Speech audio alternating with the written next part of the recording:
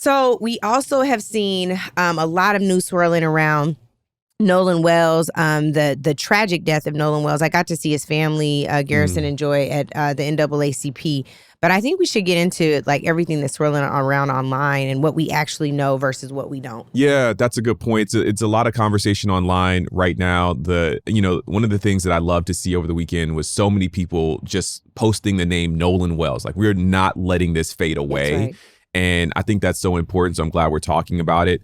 Audio engineer Janetta Brantley did some engineering on a phone call that was made to Cito by some of Nolan Wells' alleged friends. She did some cleanup on that audio so that you could kind of make out a little bit of what was being discussed in the background. And it is sparking a lot of conversation. There's also been reports coming out of TMZ and other sources about Nolan Wells saying that he was drinking, quote unquote, heavily on the island, and that's been a part of the discussion as well. He prosecuting him after his death. So yeah, let's talk about that. Say more, Angela. Well, I think that I do think we should listen to this audio, but I think regardless of if he was drinking or not, those boys were all sitting in a picture with beer. All of them are drinking. If you listen to this audio, which I know we're going to do shortly, the young man sounds like he's inebriated, so it's just like, why are we talking about him? He died. However he died, it's tragic, and it is not his fault because he was drinking. Right. And like doing the same thing. Doing the same thing. It just irks me that we always are having to talk about what we did wrong that would have earned our death. Yeah. And that is frustrating to me as a Black person. Should we listen to this audio? Yeah, we should. Really quick. Let's play that. Before I play this, I want to quickly explain what I did, what you're looking at on the screen, and why I chose to approach this audio the way that I did.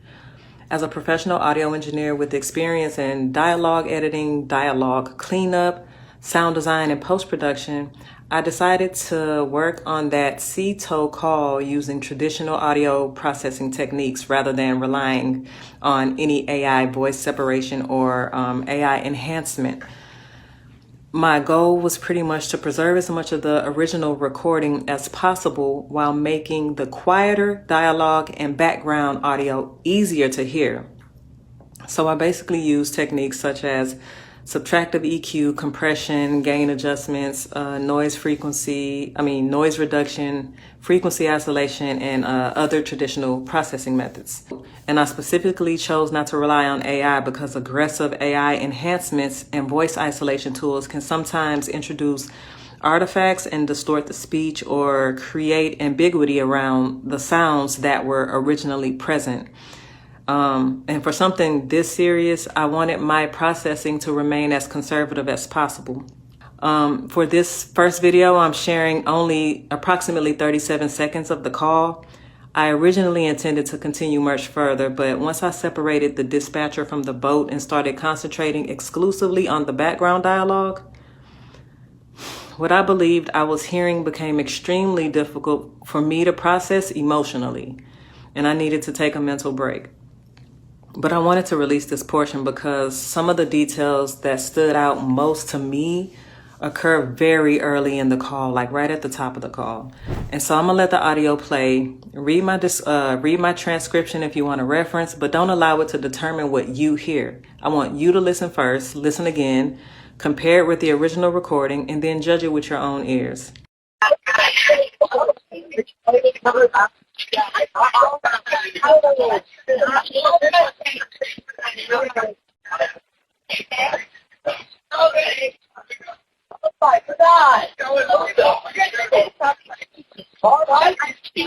Hey, we're at the west tip of Horn, and our bilge pump stopped working. We're sinking. Can y'all please come? We have a membership.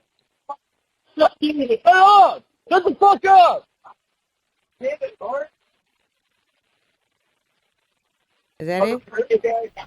I believe that's it. So that was the audio. I can't hear. Yeah. I don't know how she could hear it. Like, for me, all I heard them say was, oh my God, that's the clearest thing I heard before he started yelling, shut the F up at people. But the rest of that, I can't make anything out. I know she had a transcript that she put on the side. I'd love to hear what you all think. I could just be hard of hearing, but I can't understand. I will tell you, I wish that she hadn't put the transcript to it, to be honest, because we played that same audio. We downloaded it from WLOX, which was the local Mississippi station that got the audio first. And so a lot of us downloaded that audio. We had our audio guy go through it without AI and just clean it up as an audio expert. We did the same thing. And we played it for Frank Figluzzi, who's a former FBI assistant director, and for Reva Martin and for Dina Dahl, 2 attorneys. And we played it for them without a transcript and without telling them what they were going to hear. Because I think when you see the words under, you hear the words because your brain tells you that what you're reading is what you're hearing.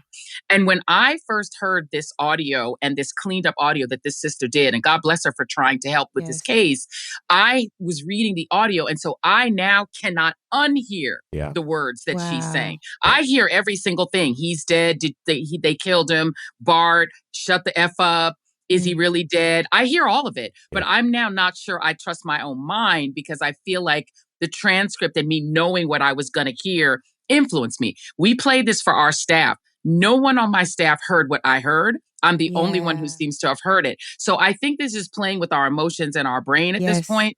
We need, and Frank Figluzzi did say this, the FBI, if we had a real FBI, how about that? Kash Patel ass need to get this audio, and they have much more powerful equipment than that sister who's a Hollywood editor has. We need to have a real cleanup of this audio. And I'm going to say one last thing, and this is maybe some haterism. Black folks, since we home. Can we stop acting like Nancy Grace's presence suddenly solves the crime? That lady is not the FBI. Child, the way that people said Nancy Grace crazy ass on the case, now we gonna solve it. I can't. I'm like, over. Come on, let's stop with that. But anyway, didn't she play audio that also hasn't been authenticated on her show? She then took that same cleaned up audio. She further cleaned it up to make it almost crystal clear that you're hearing those words. But I'm like, who did that? Right. What is the authentication of that? Right. And are you gaslighting us with giving us what we want to believe and hear because people don't trust them white boys? Right. So I'm like, don't do that because number one, you're setting a lot of content creators up to say things into camera that may not be true. We do not know what happened to this child. We all want to know that mama deserves answers, but this is not giving her answers or comfort. What this is doing is sending all of us down a path that may turn out not to be true. So I do not trust their story either. There are millions of holes in these stories. I think giving that interview to the black hating black copper, whatever his name is. I keep saying his name is Officer Remus, and I don't know why I want to call him Uncle Remus. My mind tells me because I got menopause, I be calling him Uncle Remus. I don't mean to. Remus or Ruckus? Or Nearest. Who knows? Or Thomas. Who knows at this point? Native Land Pod is a production of iHeartRadio in partnership with Reason Choice Media. For more podcasts from iHeartRadio, visit the iHeartRadio app, Apple Podcasts, or wherever you listen to your favorite shows.